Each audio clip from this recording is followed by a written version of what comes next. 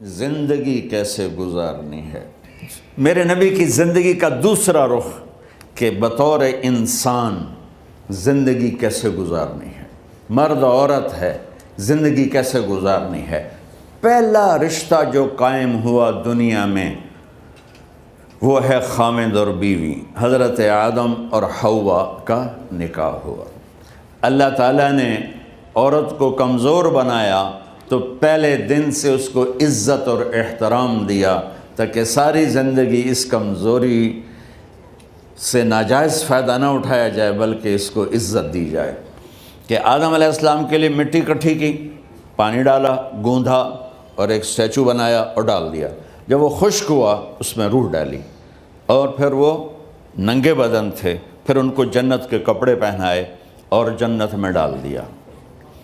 इस कायनात का हुस्न भी औरत से है और जन्नत का हुस्न भी औरत से है।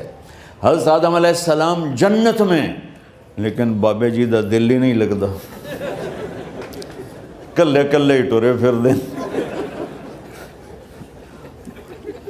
अब अल्लाह ने औरत को बनाने का इरादा किया तो अल्लाह एक ढेर मिट्टी का इकट्ठा करके औरत के लिए भी बना देता और उसका स्टैचू बना देता और उसको खुश्क होने देता, फिर उसमें रूह डालता, फिर उसको कपड़े पहनाता।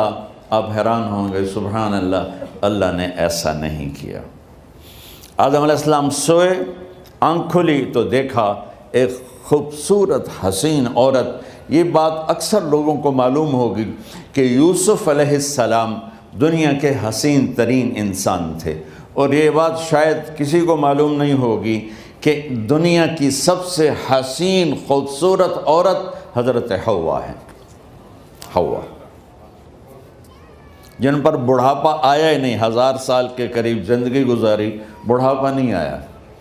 हज़रत आदम और हव्वा करीब करीब उम्र थी। हज़रत आदम की उम्र तो किताबों में मिल जाती है 1000 बरस, लेकिन हज़रत हव्वा की उम्र कितनी थी ये कहीं पढ़ने को मिला नहीं। इसलिए मैं अंदाज़ा करता हूँ कि करीब करीब होगी। बुढ़ापा नहीं आया, बीमारी नहीं आई। और हज़रत हव्वा को मेंसेस भी नहीं आते थे। ये अजीब बात आपको बताऊँ, अल्लाह ने इतना जन्नत का उनके अंदर नमूना रखा। तो जब हज़रत आदम की आँख खुली तो देखा एक हुस्न का पैकर, उन्होंने तो जन्नत ही भूल गई। कहने लगे या अल्लाह हुण दिल ठरया जाके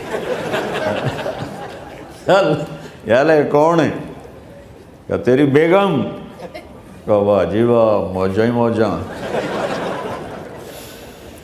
तो अल्लाह ताला ने निकाह पढ़ाया। सुभान अल्लाह, अपने नबी की शान दोबारा सुनो। तो अल्लाह ने कहा आदम अपनी बेगम का महर अदा करो। तो वो पूछने लगे क्या महर है? देखो एक बात सुनो, महर किसी की बेटी की कीमत नहीं होती।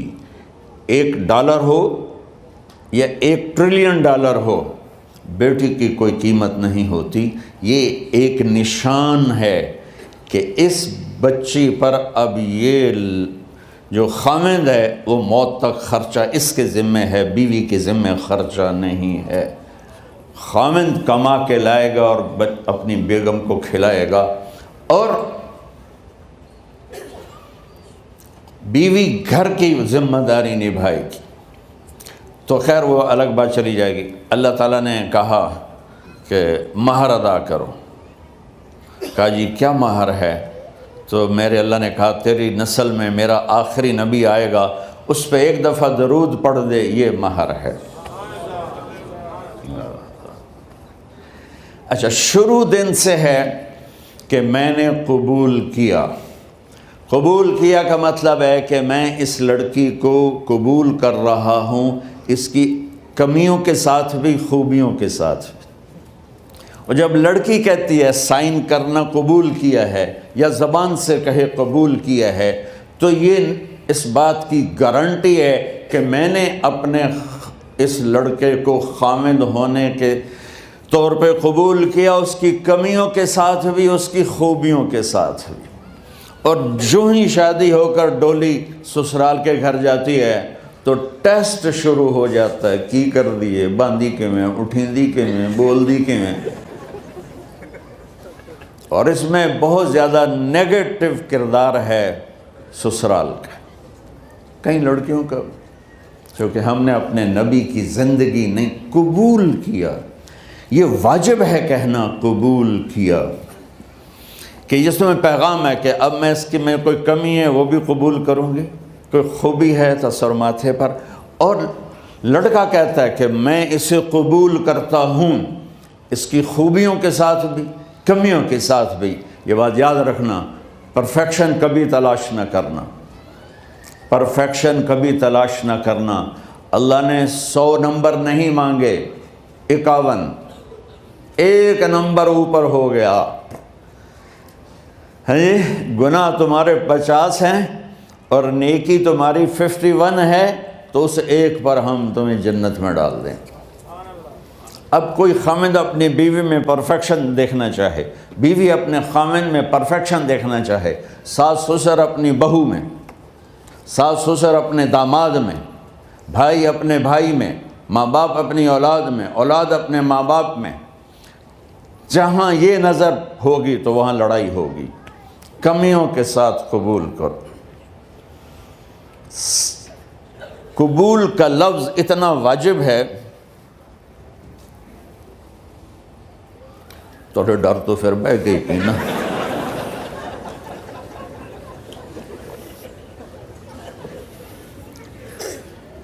कबूल का लफ्ज़ इतना ज़रूरी है कि इसके बग़ैर निकाह ही नहीं होता। मैं ये कई जगह लतीफ़ा सुना चुका हूँ, और वाकई किस्सा भी है, ऐसे लतीफ़ा नहीं है। मेरे दोस्त हैं, ज़िम्मेदार हैं अच्छे, तो उनके गांव का एक बच्चा छोटी उम्र में बसों पे जाके ना वो जॉब पे लग गया। तो उसका काम होता है बस को साफ़ करना, ड्राइवर को चाय पिलाना, और जहाँ कहीं रश हो तो उसको डायरेक्शन देना, उस्ताद जी कट लो, उस्ताद जी आण दो, उस्ताद जी जान दो। तो ये उसका मुहावरा बन जाता है।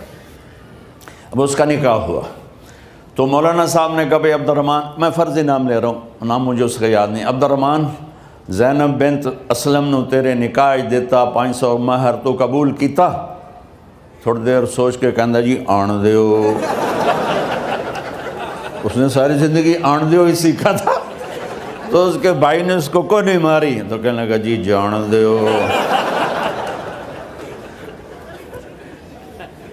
मौलाना साहब ने कहा आण दो जान दो नाल काम नहीं बनना, तो आग मैं कबूल किया।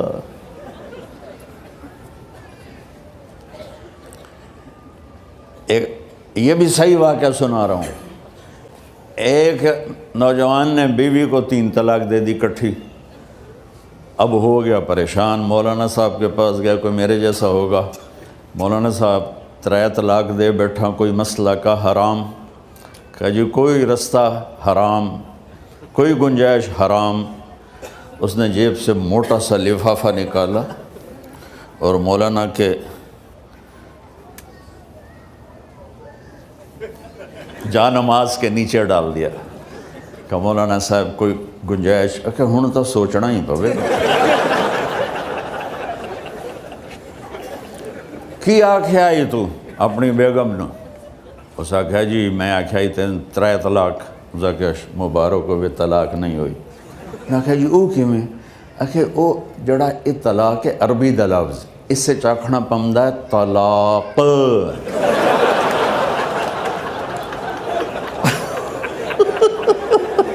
ये आपको सही वाक़या सुना रहा हूँ। तो तुमने तो छोटे काफ के साथ कहा है तलाक। ओ काफ तो कुत्ते आला है। मौजा कर, एक लिफाफा हो आवे तो चाहे सारी ज़िंदगी दा हलाल कर दे। लफ्ज़ कबूल इतना ज़रूरी है। तो मेरे नबी ने 11 शादियाँ की, अल्लाह की कसम शौक़ की नहीं थी। मा तज़व्वजतु व मा ज़व्वजतु इल्ला बिवहयिन मिनस्समा नज़ल बिही जिब्रील। का लोगों सुन लो मेरी बात गौर से, मुझे औरत की कोई रग़बत नहीं है। मैंने जहाँ शादी की, जहाँ बेटी की शादी की, पहले अल्लाह ने आसमान से जिब्रील भेज के हुक्म दिया, फिर मैंने कदम उठाया। तो पहला रिश्ता खामिद और बीवी है जो इस कायनात में जुड़ता है। ये दुनिया का सारे रिश्तों में नंबर 1 रिश्ता है, सबसे खूबसूरत रिश्ता है, सबसे अहम रिश्ता है, सबसे बड़ा रिश्ता है। वालिदैन के लिए चंद आयात हैं, औलाद के लिए चंद आयात हैं, बहन भाइयों के लिए चंद आयात हैं, खामिंद और बीवी के लिए सैकड़ों आयात हैं, सैकड़ों। तो अगर आप अपने घरों में कामयाबी देखना चाहते हो, अपने घर को हाउस की बजाय होम देखना चाहते हो, खुशी का अगर आप उसे गहवारा बनाना चाहते हो, अल्लाह की कसम डिग्रियों से नहीं होगा, मोहब्बत से होगा। मेरे नबी से पूछा गया, या रसूल अल्लाह, इस्लाम का सबसे मजबूत अमल, नहीं, मेरे नबी ने सवाल किया, बोलो भाई इस्लाम का सबसे मजबूत अमल क्या है? सहाबा ने कहा नमाज। नहीं, सुभान, अभी मैं नमाज की कितनी अहमियत बता चुका। उन्होंने अर्ज़ किया जिहाद, आपने फरमाया नहीं। तो साहबा ने अर्ज़ किया रोज़ा, आपने फरमाया नहीं। अल्लाह अकबर। या रसूल अल्लाह हज, आपने फरमाया नहीं। तो सारे साहबा हैरान हो गए, या रसूल अल्लाह नमाज, जिहाद, रोज़ा, हज, तो फिर क्या है? अब सुनना सारे बहन भाई, मस्तूरात, बच्चे बच्चियाँ, आपने फरमाया इस्लाम का सबसे मजबूत और बड़ा अमल है आपस में अल्लाह के लिए मोहब्बत करना। अगर आप अपने घरों में हुस्न देखना चाहते हो तो एक दूसरे से मोहब्बत करो, इजहार मोहब्बत करो। और मोहब्बत के पैदा होने के लिए बहुत सारी चीज़ें हैं, लपेट के 2 में कर लेता हूँ, 2 में। बीवी की खूबी देखो, कमी ना देखो, खामिंद की खूबी देखो, कमी ना देखो, पहली बात। दूसरी बात, इस ज़बान से जहर ना उगलो मोहब्बत के फूल, इस ज़बान से कड़वे जुमले ना हो, तंज ना हो, टॉन्टिंग ना हो, बेइज्जत ना करो, इंसल्ट ना करो, तो आपके दिल जुड़ जाएंगे। याद रखो, शक्लों से ज़िंदगी आबाद नहीं होती, ज़िंदगी अखलाक से आबाद होती। तो अपने घर से टॉन्टिंग निकाल दो। न कहा का मतलब है बारिश का ज़मीन में जज्ब होकर यकजान हो जाना। 2 ज़िंदगियों का मोहब्बत में जज्ब होकर यकजान हो जाने को निकाह कहते हैं। न कहा आँखों में नींद का उतर के सुला देना। न कहा खामिद और बीवी का ऐसी मोहब्बत देना कि चैन की नींद आ जाए। न कहा एतमाद करना, भरोसा करना, खामिद बीवी पे भरोसा करे, बीवी खामिद पे भरोसा करे। ए नोवे लोक लोक के फ़ोन चेक हो रहे हो, काल कितने की थी, काल कितने की थी। इज्जत दो, एतमाद करो। चौथा मतलब दरख्त का छांव बना देना। ना कहा मियाँ और बीवी, खामिद और बीवी का मोहब्बत की ऐसी छांव बनाना कि उसके नीचे औलाद का पौधा खूबसूरती से पैदा हो सके। न कहा, सिर्फ लफ्ज़ लिखा के मतलब बता रहा हूँ। न कहा मरीज़ को, किधर डॉक्टर बैठे हैं, मेरे सामने बैठे हैं, मरीज़ को दवा ऐसी देना कि वो शिफा याब हो जाए। आपस के ऐसे ताल्लुक़ बनाना कि ज़िंदगी को शिफा मिल जाए। मेरे भाई बहनों, मैं आपको अपने नबी की ज़िंदगी बता रहा हूँ। मेरे नबी ने 11 शादियाँ की, अल्लाह जुल जलाल की कसम, सिर्फ हमें ज़िंदगी सिखाने के लिए कि घर की ज़िंदगी कैसे होती है और औलाद को कैसे पाला जाता है। अब लोग क्या मजबूरियां हैं कि औरत भी जॉब करती है, मर्द भी जॉब करता है। औरत की सबसे बड़ी जॉब अपनी नस्ल को पालना होता है। जब यहाँ टाइम नहीं मिलता बच्चे को, ना माँ से मिलता है ना बाप से मिलता है, तो फिर वो जंगल का पौधा बन जाता है।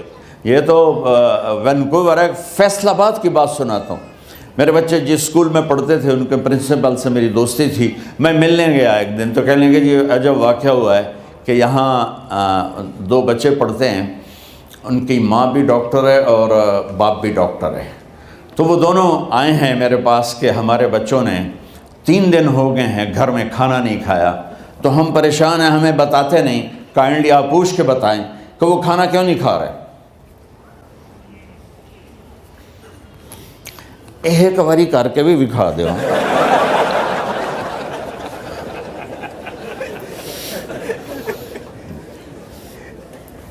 हमारा दिन इतना खुश्क नहीं, हमारे मौलवी साहबान ने ज़्यादा खुश्क बना दिया।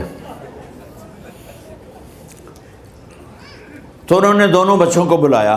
सुनना, सारे फैमिलीज़ बैठे हो, जहाँ मैं फैमिली की ज़िंदगी को फोकस करके नबी से जोड़ के बता रहा हूँ, तारिक जमील के तजर्बे नहीं बता रहा।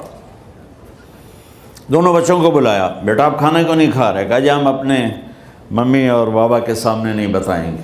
तो उन्होंने दोनों को बाहर बिठा दिया। फिर पूछा अब बताओ क्या मसला है? उनका सर हम सुबह जब नाश्ता करते हैं तो हमारे मम्मी डैडी सो रहे होते हैं, हमारी इनसे मुलाकात नहीं होती। जब हम स्कूल से वापस आते हैं तो मम्मी डैडी अपने मेडिकल कॉलेज में होते हैं, हॉस्पिटल में होते हैं, तो हमें इनको देखने का मौका नहीं मिलता। शाम को जब हम खाना खाते हैं तो ये दोनों अपने प्राइवेट क्लिनिक में होते हैं, तो हम इनको देख नहीं पाते। पूरा हफ्ता गुजर जाता है, हमें माँ बाप की शक्ल नज़र नहीं आती। तो हमने स्ट्राइक की है कि ऐसे माँ बाप की रोटी क्या खानी जो अपनी शक्ल भी ना दिखा सकें। तो इसलिए हमने कहा हमने बाइकाट किया है, घर में नहीं खाना है। तो ऐसी लाइफ मत बनाओ। यहाँ एक बहुत बड़ा चक्कर शैतान देता है, बड़ी गाड़ी ले लो, $100 की किस्ती तो है, और बड़ा घर ले लो, $200 या $100 की किस्ती तो है। फिर मियाँ भी काम करे, बीवी भी काम करे, जो कि बड़ा घर बाकी रहे, तो खुशियाँ तो मिट गई। जो डबल जॉब करेगा, फिर डबल जॉब करते हैं। डबल जॉब करने वाला बेचारा थका हुआ जहन लेके आता है, वो कैसे टाइम देगा अपने बच्चों को खुशी के साथ? जो माँ जॉब करके आएगी फिर खाना पकाएगी, वो जब इतनी थक जाएगी तो अपने बच्चों को खुला टाइम कैसे दे सकेगी? पूरी कायनात की जिम्मेदारी थी मेरे नबी के सर पर, और आप इसके बावजूद रोज़ाना हसन हुसैन के लिए वक्त निकालते थे। और उन्होंने आकर कोई लेक्चर नहीं, देखो माँ बाप से एक बात करता हूँ, लेक्चर थोड़ा दो, मोहब्बत ज़्यादा करो। ये ना करो, ये क्यों किया, ये करो, ये करो, ये छोड़कर सिर्फ सीने से लगाओ, सिर्फ मोहब्बत दो। कमियों समेत बच्चों को कबूल करो, उनकी ज़िंदगी तब्दील हो जाएगी। इतने बड़े नबी, इतनी बड़ी जिम्मेदारी और इतना दर्द सीने में कि आपके सीने से ऐसे उबलने की आवाज़ आती थी जैसे हांडी उबलती है। इसके बावजूद आप रोज़ाना कहते ऐनल लुका, मेरे शरारती बच्चे किधर हैं? हा। तो वो भागे भागे आते, देखो मैं फिज़िकल करके बताऊंगा ताकि आपको पता चले ज़िंदगी कैसे गुजारी। कि मेरे शरारती बच्चे किधर हैं? 7 बर्रे आज़म की जिम्मेदारी है, और थोड़ी छोटियाँ छोटियाँ जाबन, तो तुसी कहते हो बिज़ी बड़े हैं। मेरे नबी पे 7 बर्रे आज़म के इंसानों की जिम्मेदारी है, और आखिरी आने वाले इंसान तक की जिम्मेदारी है। इससे बड़ी जॉब किसकी होगी कायनात में? और फिर आप रोज़ाना आते हैं ऐनल लुका, मेरे शरारती बच्चे किधर हैं? तो हसन हुसैन भागे भागे आते, आप उनके लिए यूं हो जाते थे, आओ भाई मेरी कमर पे चढ़ जाओ। अपने नबी की अज़मत को जानो कि उन्होंने ज़िंदगी कैसे सिखाई।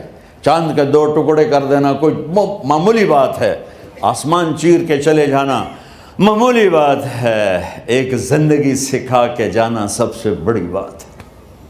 कितनी औलादें बर्बाद हो गई माँ बाप की वजह से, कितने घर उजड़ गए सास ससुर की वजह से, कितने घर उजड़ गए लड़की के बदतमीज़ होने की वजह से, कितने घर उजड़ गए लड़के के शराबी और बाहर की गंदगी की वजह से। ज़िंदगी सीखो। ये इतने बड़े नबी होकर आप यूं हो रहे हैं जैसे मैंने आपको करके दिखाया।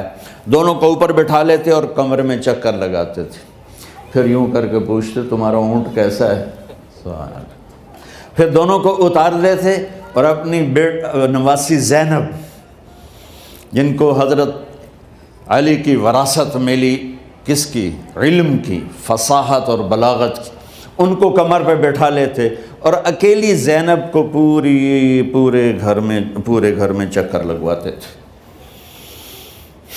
और भी दुख हैं ज़माने में मोहब्बत के सिवा, राहतें और भी हैं वसल की राहत के सिवा। क्या सिर्फ कमाना ही काम है? उधार की ज़िंदगी से बचो, खुश व खुर्रम रहो। इसको किस्त देनी है, ये किस्त देनी है, ये किस्त देनी है, ये देनी है। सर में दर्द नहीं होगा तो और क्या होगा? तो आप इतने बड़े अजीम होकर वक्त निकाल रहे हैं।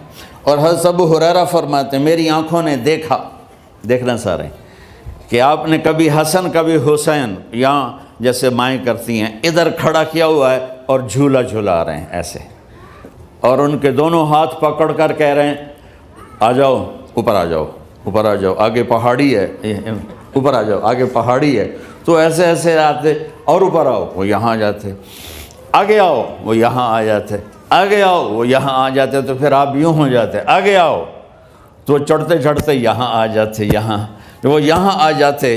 तो आप उनके हाथ फिक्स करके आगे बढ़कर उनके होंठों का बोसा लेते और कहते, या अल्लाह मैं इनसे प्यार करता हूँ, तू भी इनसे प्यार फरमा। भाइयों, अल्लाह की कसम, पैसे सोने चांदी से ज़िंदगी में खूबसूरती नहीं आती, नबी की ग़ुलामी से ज़िंदगी में खूबसूरती आती है। इतने बड़े नबी हैं और हज़रत आयशा से कह रहे हैं दौड़ लगाएं। यहाँ किसी मौलाना से पूछो, अपनी बीवी से कभी कहा उसने कि दौड़ लगाएं? उल्टो सोटा ले आते, खल हो जाएगा। आयशा दौड़ लगाएं। और वापसी कहाँ से हो रही है? दौड़ कहाँ लग रही?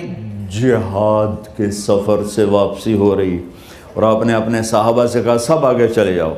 जब सारे आगे चले गए और कोई नज़र नहीं आ रहा, तो आपने कहा आयशा आओ दौड़ लगाएं। तो हज़रत आयशा कहती हमने दौड़ लगाई तो मैं आगे निकल गई, लेकिन अभी पीछे रह गए। कुछ साल गुजरे तो फिर हम सफ़र से वापस आ रहे थे, तो आपने सहाबा से फरमाया सब आगे चले जाओ, चले गए। आपने कहा आयशा दौड़ लगाएं? मैंने कहा लगाएं। कौन दिनों में ज़रा मोटी हो गई थी, तो फिर अल्लाह के नबी आगे निकल गए, मैं पीछे रह गई। तो आपने कहा आयशा हाज़िही बितिल का, आज तो और मैं बराबर